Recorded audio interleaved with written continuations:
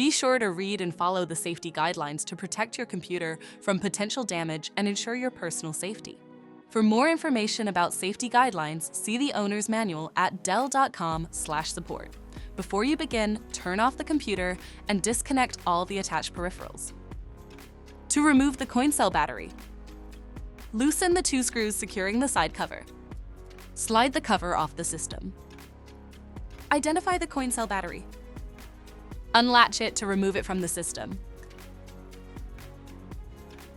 To reinstall the coin cell battery, place it back in the system with the plus sign facing up. Press the battery down until it clicks into place.